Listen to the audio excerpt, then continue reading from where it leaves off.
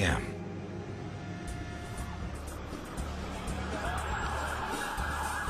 In lower Manhattan, several thousand firefighters, police officers, and paramedics are at the World Trade Center. People are pouring out of the buildings and into the streets. About 14,000 people have evacuated from the Twin Towers, but about 2,000 are trapped above the impact zones.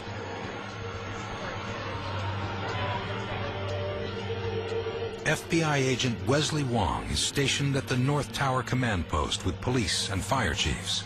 He calls FBI headquarters in D.C. and receives some disturbing news. They said that there were more planes unaccounted for. I relayed that to all the commanders in there, and we were fully expecting to take more hits. What they don't realize is the threat developing 1,000 feet above them. When the hijacked airliners rammed into the North and South Towers, the explosions blew fireproofing off the building's columns and trusses. Searing flames, fed by thousands of gallons of jet fuel, have begun to soften the exposed steel. Temperatures reach 2,000 degrees Fahrenheit inside the impact zones. Both towers are only minutes away from collapse. I can tell you from someone who was there in the command center, there was no talk of those buildings collapsing. This footage shows firefighters, burdened by their heavy clothing and equipment, heading into the Trade Center. They join hundreds of others already climbing upstairs toward the impact floors of both towers. We would take a quick little breather every 5 or 6 floors. Just 10 seconds, 15 seconds. To put your mask down, put your tools down, just, take a little breath for 10, 15 seconds, and then grab your equipment and start going again. The average firefighter, carrying 100 pounds of gear, takes an hour to climb 25 flights of stairs. At this rate, most firefighters face a 3 to 4 hour hike before reaching the impact floors in either building. Battalion Chief Richard Picciotto is heading up to the 35th floor of the North Tower. He's aware that this is the biggest rescue operation in the history of the FDNY. I knew firemen were going to be injured and killed that day. Just the nature of the job we had in front of us. In the South Tower, Battalion Chief Oreo Palmer, a marathon runner, has taken an elevator to the 41st floor, then raced up the stairwell to the 78th floor. He's joined by Fire Marshal Ronald Buca, another avid runner who's climbed all the way from the ground floor. Palmer and Buca are the first to reach an impact zone in either tower. 9:52 a.m. Palmer surveys the damage on the 78th floor. He radios the men of Ladder Company 15 who are on their way up. 97, ladder 15. We got 2 isolated pockets of fire. We should be able to knock it down with 2 lines. Radio that. 78th floor, numerous 1045 code 1s. 1045 code 1s means dead bodies. Chief, what stand you in? South Stairway, Adam. South Tower. 478. 10-4 over here. Numerous civilians. We have 2 engines up here. All right, 10-4, we're on our way.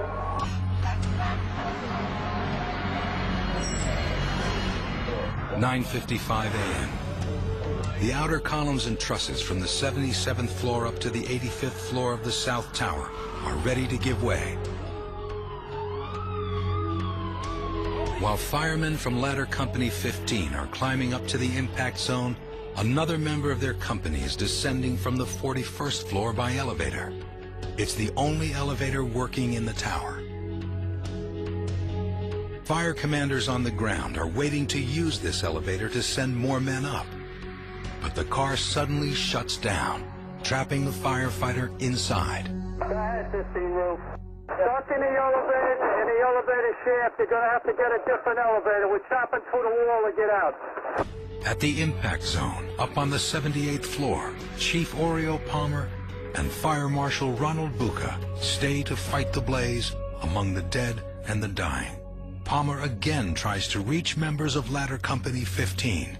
Battalion 7, Ladder 15. It is the last time anyone hears from either Chief Palmer or Fire Marshal Bucca. 9:53 a.m. Inside the coach cabin of United Flight 93, passenger Jeremy Glick and 3 others have taken a vote.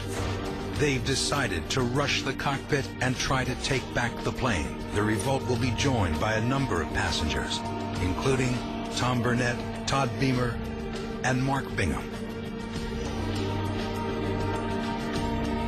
The plane is now within 200 miles of pilot Ziad Jarrah's target, the U.S. Capitol building. Tom Burnett calls home a 4th and last time. He told me that they were waiting until they were over a rural area to take back the airplane. I felt that he just wanted me to be there for him. Jeremy Glick reassures his wife Liz one more time before he sets the phone down. He said, all right, I'm going to do it. He said, stay on the line. I'll be right back. I gave the phone to my dad. I went into the bathroom and started throwing up. The men decide it's time. I told him that I loved him. And he came to the phone and said, don't worry, we're going to do something. And that was the last thing I heard. 9:57 a.m. The battle for United Flight 93 begins. The cockpit recordings, not yet released, capture screams, loud thumps, and shattering glass and plates. The sounds of a sustained passenger assault. Burnett, Glick, and others fight to break into the cockpit. Hijacker pilot Ziad Jarrah rolls the plane sharply to the left and right. Then he pitches the nose up and down to throw the men off balance. My dad said that he heard 2 series of screams, almost like it sounded like a roller coaster. 9:58 a.m. Todd Beamer puts down his airphone and says to nearby passengers, "Are you ready? Okay, let's roll." He joins the assault in progress. After several moments, Jarrah stabilizes the airplane. He exclaims, "Is that it? Should we finish it off?" A fellow hijacker replies, "No, not yet. When they all come, we finish it off." The revolt only intensifies. One passenger yells, "In the cockpit. If we don't, we'll die." Finally, a hijacker shouts, "Allahu Akbar," Arabic for God is great.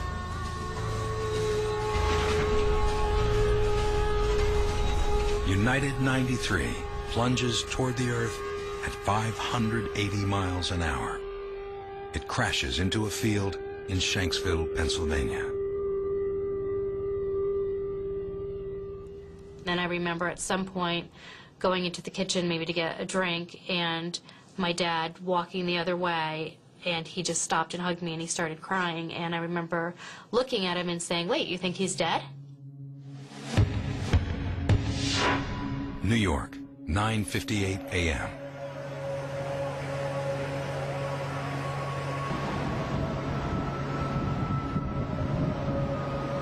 Clearly, we're in the middle of the worst ever act of terrorism, and it may not be over. TV reporter Mike Sheehan and cameraman Dave Corporon are standing on Church Street about 100 yards due east of the Twin Towers. We decided the best thing for us now is we got to get inside.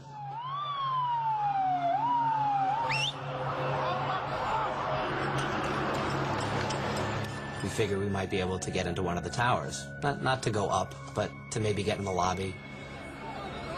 The men are about to enter the South Tower when a Port Authority officer refuses them entry and pushes them back up the street. I love you too. I love you. I love you. 4 blocks south of the Trade Center, Stanley Premnath and Brian Clark Two men who narrowly escaped from the South Tower look back in awe at the burning skyscrapers. I'm holding on to the fence of the Trinity Church, and I'm telling Brian, this building is going down. And I don't have a clue why I'm telling Brian this. And he stopped me. So that's just drapery and carpets and furniture burning, and I didn't finish the sentence. Went way up high. You could see the glass starting to burst out into space, and boom, boom, boom, boom. 9:59 a.m. The outer columns of the South Tower finally give way.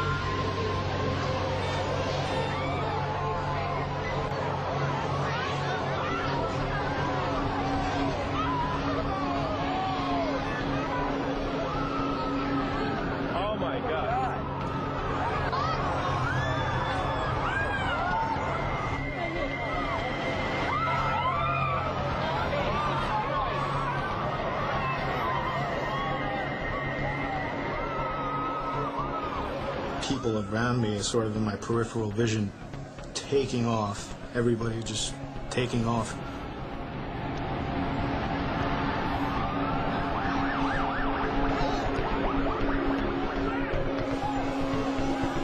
I see our other cameraman, Jack. And he says, "Look out behind you, look out behind you." And I turn and I swing to my left, and the debris field was roaring up Broadway.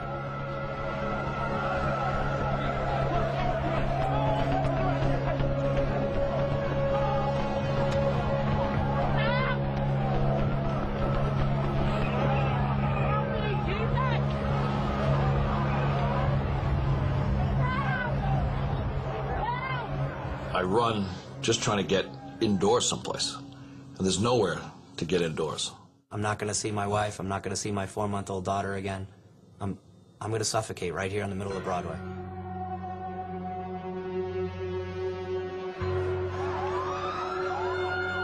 Amid the chaos, Usman Farman, a credit analyst and Muslim, is racing up West Street.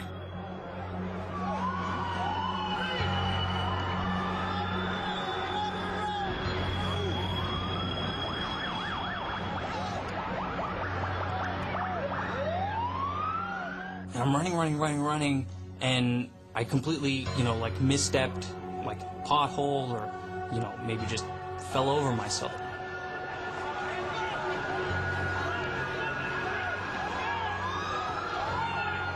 I'm lying on my back, and this guy comes up to me. He had a yarmulke and, curly sideburns and a full beard. He was probably the last person I would have ever thought to kind of, pick me up and be like, "Let's go." He says, "Hey, brother, take my hand. Let's get out of here." The two men, one Muslim, one Jew, both New Yorkers, take off running together. They lose each other in the crowd.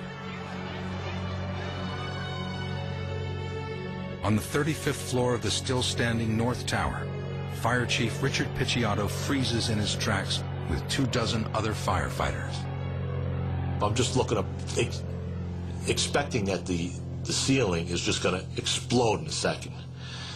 And then the noise and the shaking goes right through us. Just goes right through us. You could hear it above us, and then it goes right through. You could hear it like on top of us, and then hear it below us. And then from this tremendous noise, the shaking, silence.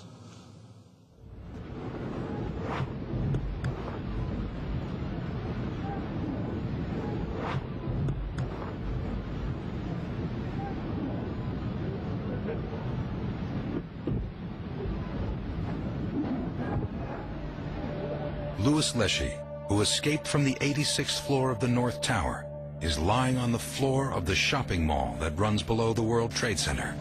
He's covered in dust and debris. I called out.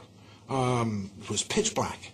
And I remember saying to myself, and I'll clean it up a bit, I'm not going to die in this place. You want to know what I said? I'm not going to die in this place. This is crap, and I'm not going to die here. And I made up my mind then I wouldn't. 2 blocks east of the Trade Center, the smothering blanket of ash gradually settles.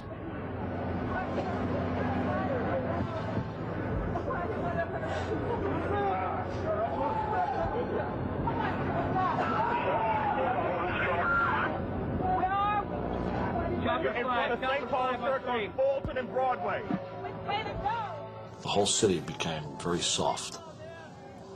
And we could hear is your voice.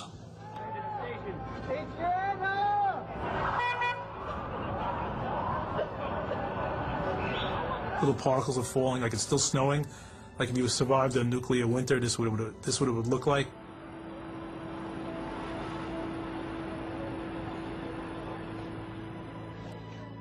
Inside the North Tower, Richard Picciotto and his men huddle near the elevators on the 35th floor.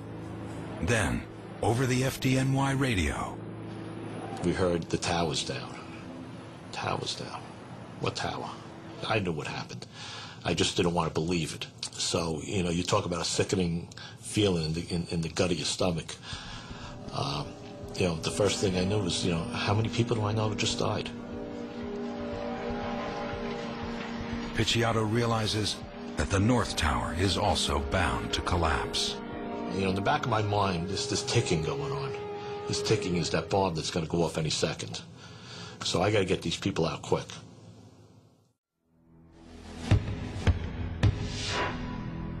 Shanksville, Pennsylvania, 10:10 a.m.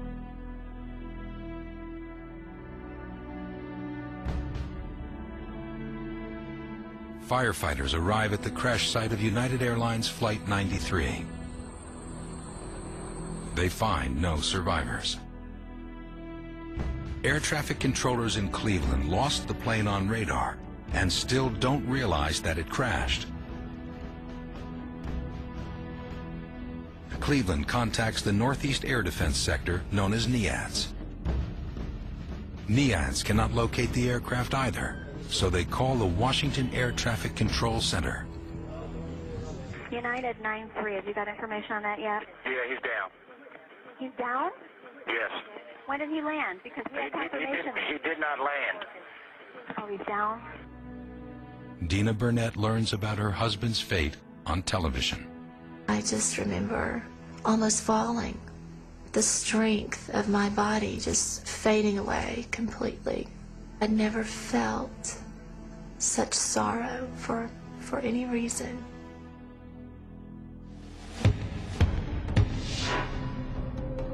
New York, 10:10 a.m. Judy, I am at the intersection of Broadway and Chambers Street, where it looks as if police are trying to virtually evacuate the whole lower Manhattan area.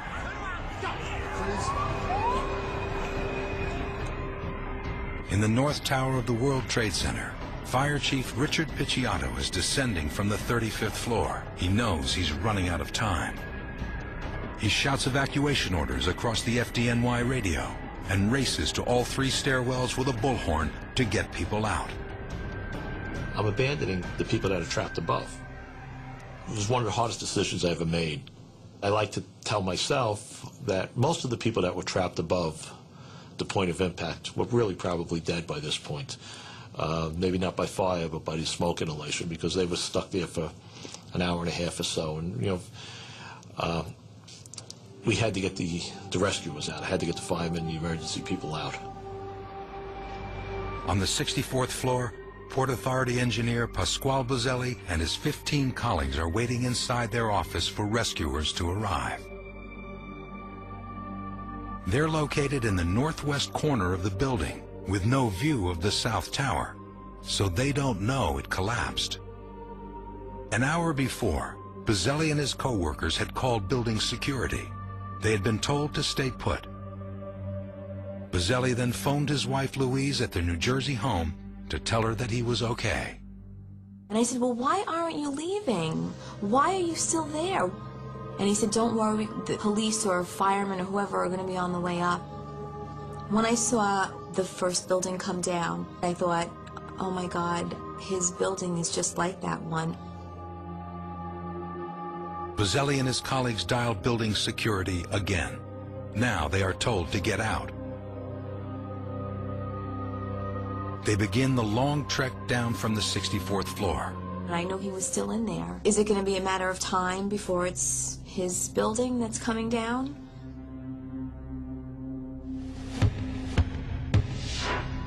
Arlington, Virginia, 10:10 a.m.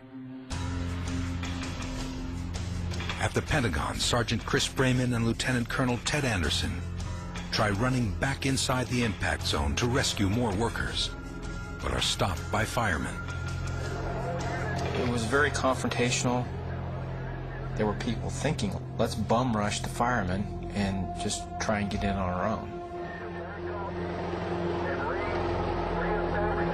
Just as we were being restrained to going back in, there was the building collapsed. 33 minutes after the attack, a giant slice of the Pentagon's west perimeter caves in from top to bottom. There's no doubt in my mind we would all be dead had it not been for the firemen. New York, 10:21 a.m.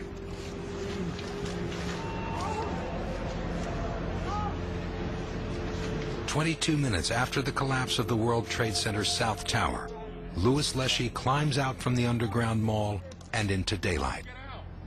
And I called my wife and I told her I was fine. And I said, this is funny, I'm going to walk uptown, I'll do some window shopping. I had no concept. People said that I was going on a rush, a high. Inside the North Tower, Fire Chief Picciotto does a quick sweep of each floor as he heads down stairwell B.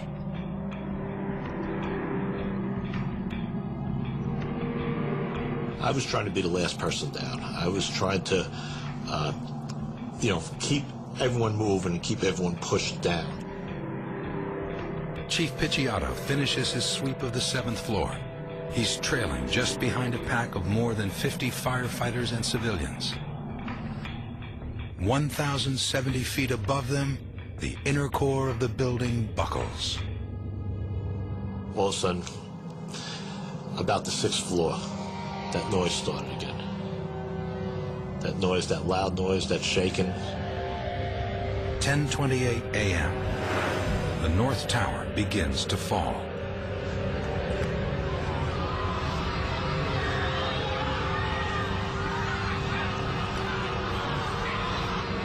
Is that the second building of the World Trade Center going? Yes, that is the second. That is the second tower. That is the second tower.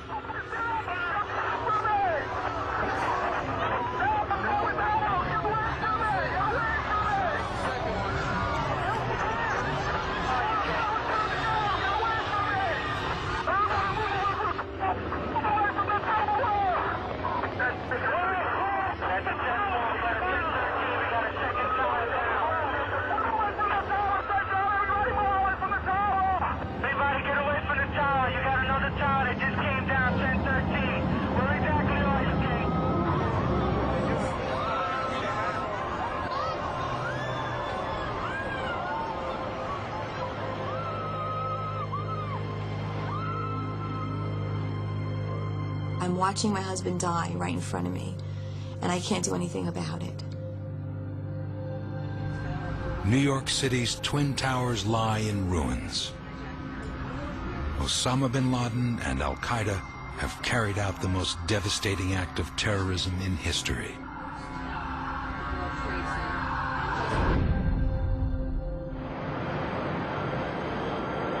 Three hours later, rescuers are searching for survivors in a mountain of twisted steel and rubble. On top of that mountain, a man regains consciousness. It is Port Authority engineer Pasquale Buzzelli. The first thought in my mind when I opened up my eyes is that I'm dead. I was just kind of thinking that, like in the movies, I guess, angel would come by and all of a sudden you'd float out of your body and see yourself there, you know, dead. And just as I was thinking that, I coughed and I felt pain in my leg. And, you know, I said to myself, I'm alive. Buzzelli was in the stairwell at the 22nd floor when the tower fell. He rode down the rest of the way as the tower collapsed around him. He is perched on a slab 4 stories in the air. His worst injury, a broken leg. The only way down is a 15-foot drop onto a pile of sharp metal. I'd call out for help or call out for people that were with me, you know, to see if I just heard nothing. And then finally I heard someone calling out for Richie. And I yelled out, help, help, you know, up here. Buzzelli gets the attention of a group of firefighters. The Richie they are looking for is Fire Chief Richard Picciotto. About 50 feet away, Picciotto is buried with 13 other survivors inside what's left of the tower's core stairwell. From the 6th floor down, this lone section of stairs withstood the collapse. As the dust clears, Picciotto and the other survivors see a sliver of light above them. They claw their way toward the light and out from the rubble. The battalion chief surveys the fiery wasteland around him. I'm out, but all I see is devastation. I'm thinking this is a nuclear shock wave that I didn't know if it took half of New York City or half of New York State. The World Trade Center is no more. What was there this morning when we woke up is now gone.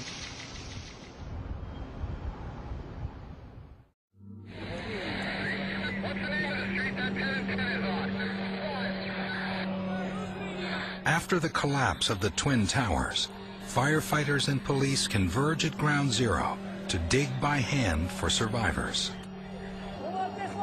They form bucket brigades to remove debris and look for their missing brothers. There was an overall compulsion to want to do something, even if it meant doing something as marginally effective as a bucket brigade. There's little they can do. The Twin Towers are now an impenetrable pile of steel and concrete. Hospitals stand by with their triage units, anticipating a flood of injured from Ground Zero. Slowly, it became clear that there would be no living coming out. 8:30 p.m. President Bush addresses a stunned nation from the Oval Office. He announces an aggressive new policy toward terrorism. We will make no distinction between the terrorists who committed these acts and those who harbor them. Terrorism is no longer going to be thought of as a crime. It's going to be thought of as an act of war. The United States is no longer going to pursue individual terrorist gangs only. It is going to pursue also governments that use terrorism as a tool of power. The first target, Afghanistan, where the radical Islamic Taliban government is harboring Osama bin Laden and Al-Qaeda. We needed to be at war, aggressively, effectively at war. We need to be at war against the people who were our real threats and who demonstrated their willingness to kill Americans. Across the U.S., civilian aircraft are grounded. In the skies, an eerie silence, pierced only by the occasional roar of Air Force fighter jets.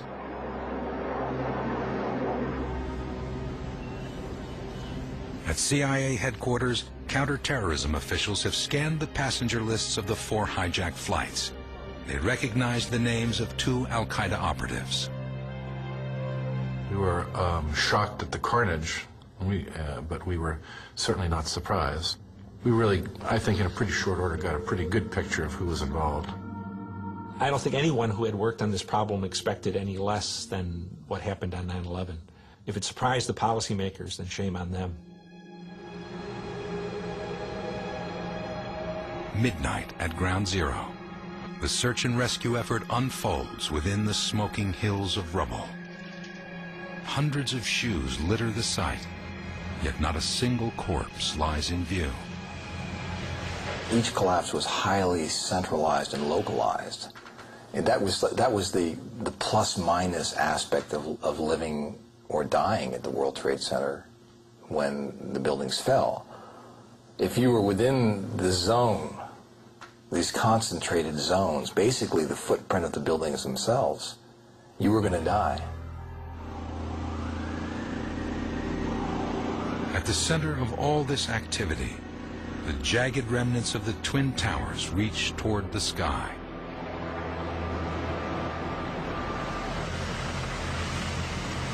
The city faces a daunting recovery and cleanup effort in the months ahead.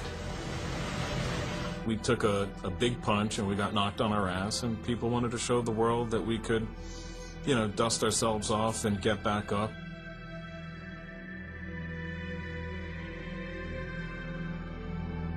September 12th, the sun rises over Lower Manhattan. The fires beneath Ground Zero are still burning. FBI agent Wesley Wong returns to the site and finds volunteers from the night before still digging for survivors.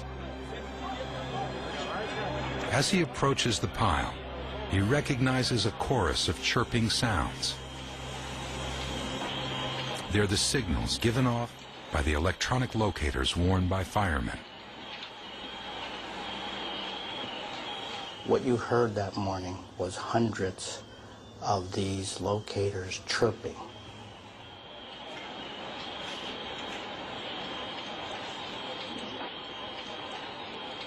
A lot of widows really didn't know what to do. It became another nightmare of, you know, are they going to find my husband? Are they going to find a part of him? Half of them, they never found anything.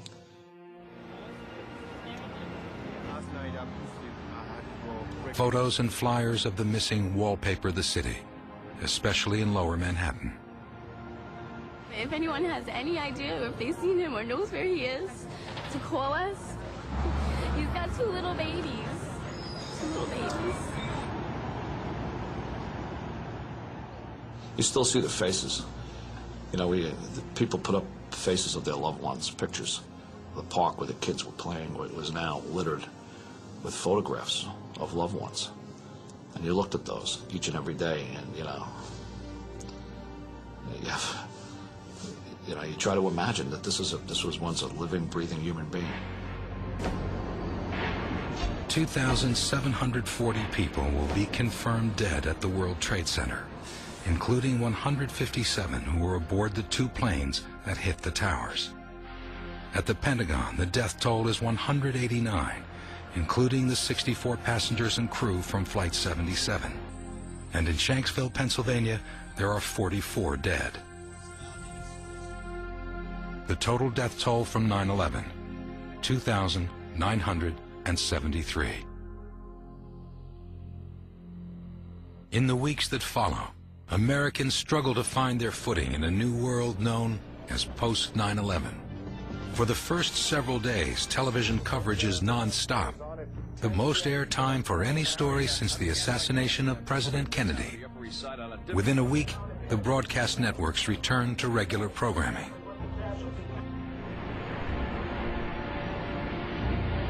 Commercial air travel, grounded for 4 days, resumes nationwide.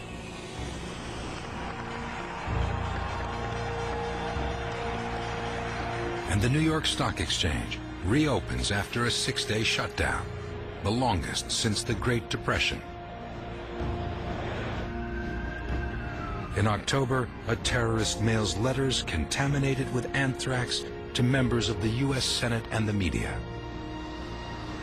That same month, President Bush signs the Patriot Act into law, giving the federal government new powers to combat terrorism. And American military forces prepare to invade bin Laden's sanctuary, Afghanistan. It is the epic battle that Osama bin Laden had hoped for. But bin Laden vastly underestimates the American military.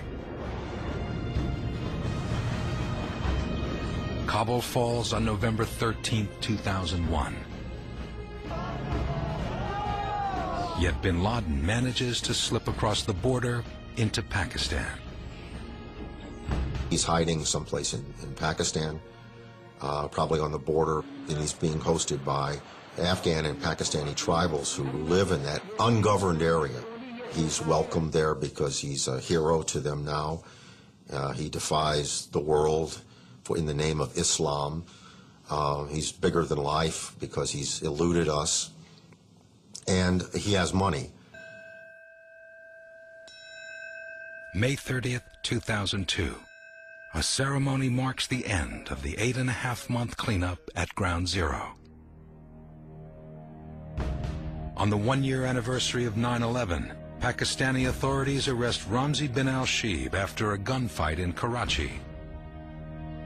He is the Hamburg cell member who couldn't get a U.S. visa and became bin Laden's go-between with the hijackers.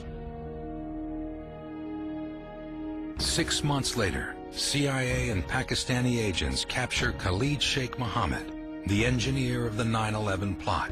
They roust him from his sleep in a villa near Islamabad and transfer him to a U.S. military base in Afghanistan. In custody, he provides details of the 9/11 plot and admits that he was the mastermind. March 2003. President Bush leads the U.S. into a war that he defines as the next step in the new post-9/11 foreign policy. U.S. forces invade Iraq and topple the regime of Saddam Hussein, a dictator who was left in power at the end of the first Gulf War. Also in March, the National Commission on the Terrorist Attacks Against the United States holds its first public meeting. July 2004, the Commission issues its final report. This was a failure of policy, management, capability, and above all, a failure of imagination. October 29, 2004. Just 4 days before the U.S. presidential election, bin Laden releases a videotaped statement. We had to destroy the towers in America, so they taste what we tasted, and they stop killing our women and children. Bin Laden's been very clear. His message has been a defensive message, that what we want is the Americans out of the Middle East. This is Osama bin Laden legacy. The man who dared to actually to say to the American, you interfering in our business, we will interfere in your business. You are killing our people, I am killing your people. In many ways, Osama bin Laden has achieved what he originally set out to as a young mujahideen. Even if bin Laden is killed or captured, there is sufficient momentum for the jihad campaign against the West to continue, because he has galvanized a movement that will certainly outlast him. I heard it repeatedly after the '93 World Trade Center bombing by saying they didn't kill enough people. It wasn't said by militants, it was said by FBI agents. They didn't say it because they wanted more blood, but they understood that it would take more blood in order to get the government to react. And now I'm hearing other FBI and other officials say to me, Steve, we're going to need another 9/11. I don't think the American people have a good idea of what a long and bloody road this is going to be.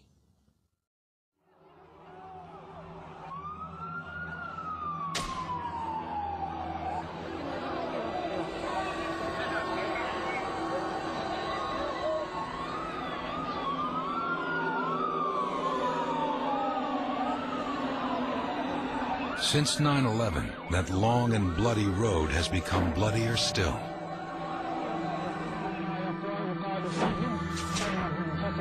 Al-Qaeda is no longer just a terror network, it's a movement that operates worldwide.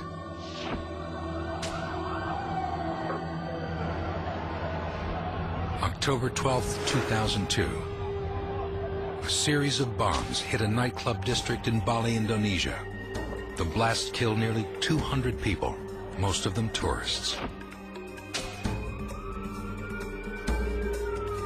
March 11, 2004.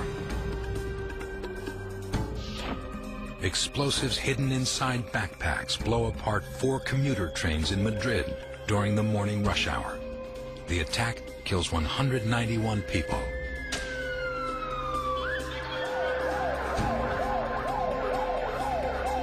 July 7, 2005. Bombs tear through 3 underground trains and a double-decker bus in downtown London. At least 55 people are killed.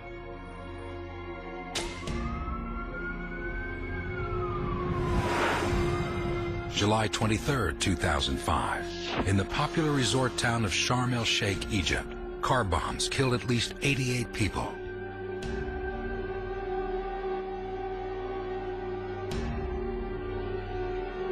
It was sometime in November 2001 when Osama bin Laden met with a Pakistani journalist in a mountain hideout in Afghanistan. In the distance, the two men could hear the sounds of U.S. bombs and anti-aircraft fire.